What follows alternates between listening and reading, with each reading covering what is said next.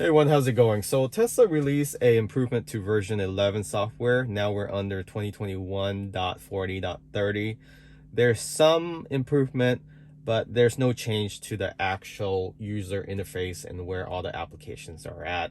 And a lot of people are annoyed by that fact that Tesla moved a lot of the main icon that we typically use on a daily drive into a submenu. That hasn't changed. So in this video, we'll talk about the things that are still annoying us, and I'm sure annoying a lot of long-term Tesla owner. Maybe not for the new Tesla owner because you don't know what you're missing if you just pick up your vehicle. But prior to this, we actually had a lot of useful icon up here, a lot of useful application, as well as the application on here where you were able to swipe and actually see your tire pressure. That is now hidden in two sub menu. So for example, trying to see your tire pressure, which is important in EV, you want to maintain the tire pressure recommended by the manufacturer inside your door seal, because if you don't, you can lose efficiency. You put more stress on your battery because they have to use more energy to roll your wheels. So now to look for your tire pressure, you actually have to go in controls and you have to actually go into service, and there's your tire pressure. Some of you might say, oh, well, you're crying wolf right now. It's right there. Well, before it's just right here.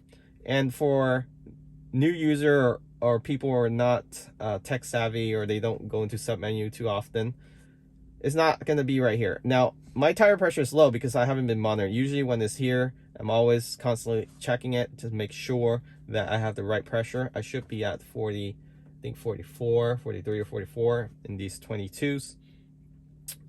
But I mean 21s, but now it's in the submenu. So something that is not here where you're seeing it. And I know it will alert you when tire pressure is low, but it won't alert you until I think maybe 5 or 6 psi below. By that time you're burning a lot of energy already because you want to be at the most optimal tire pressure. So that's one item. The other critical item is the Sentry mode and security dash cam. So to record the last 10 minutes, before there was an icon up here where you just tap and it records. Now it's hidden in the sub menu right here. So it doesn't say tap to save, but this is where you tap to save the last 10 minutes. That's how you save the last 10 minutes. Before there was a quick icon up here. Now either you tap that or honk your horn. So if you get into an accident, the system will record in the hard drive, but let's say you want to record an incident that you're not involved with, or you almost got involved with, or you're just a YouTuber, you want to send it into a Wham Bam Tesla cam, you don't want to be fiddling around saying, where's the save button? And there it is in the sub menu. Tesla, bring that back. That's something that we use often. Same thing with the tire pressure. Maybe just have it on here.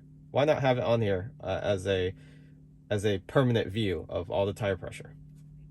Why not? Another thing they move is windshield wiper. So if you use auto on and off windshield wiper on the Tesla vehicle, you know that it can be horrible. Sometimes it's going out of control, wiping at max speed, and sometimes it's not wiping at all, and you know you need it to be wiped. It has improved over the firmware update, but it's still not perfect. So it's dependent on the amount of raindrop. I don't think they use sensor, but it goes crazy, especially when you have autopilot now and you have autopilot or full self-driving Tesla Vision. It goes crazy when a raindrop covers up the camera.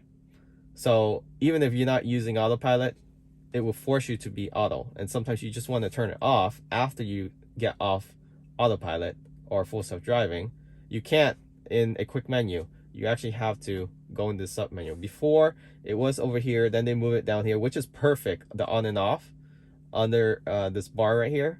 But now you can't even have an option to move it down there. Even though they let you customize it, there's no option to move the windshield wiper down. That's one thing that bothers. Glove box, for the longest time, bring that to a main menu. Like to have to go to a sub menu, open your glove box. Yes, it's a one-step process. It's not the end of the world. First world problem, I know, but it's something that we often use, or other people use.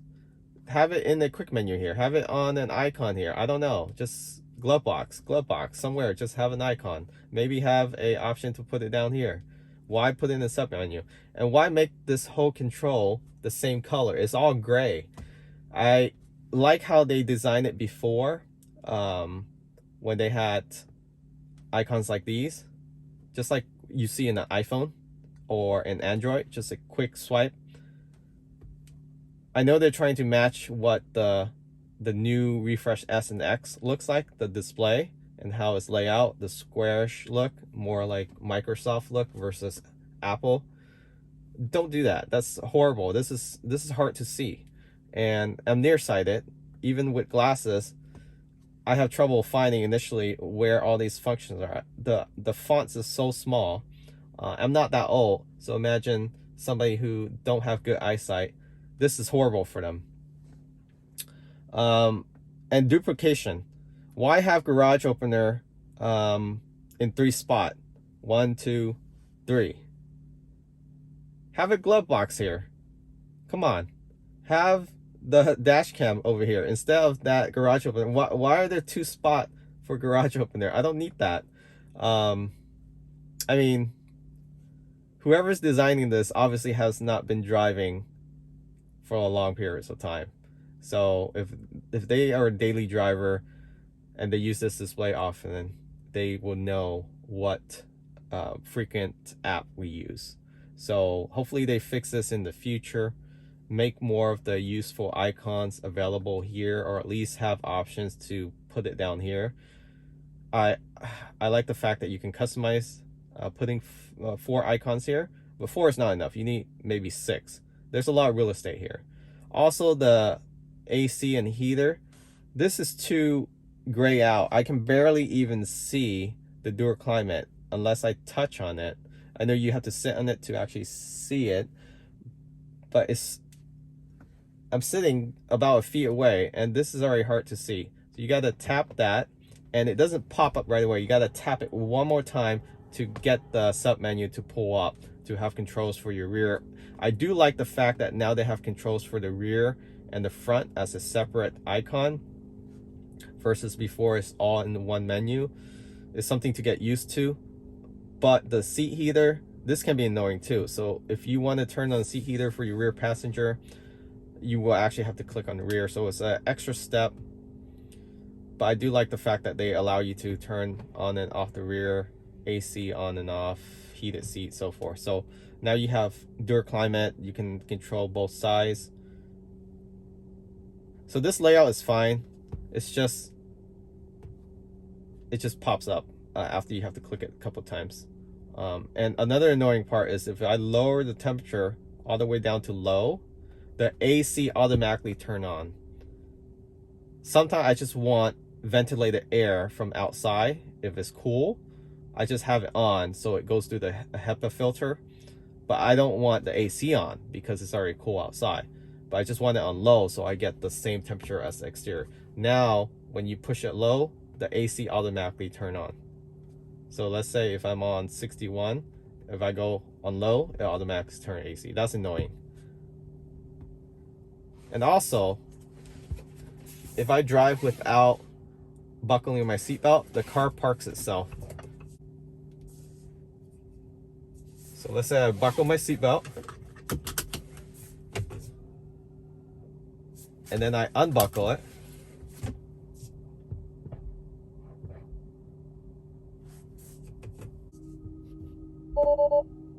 It will put itself in park.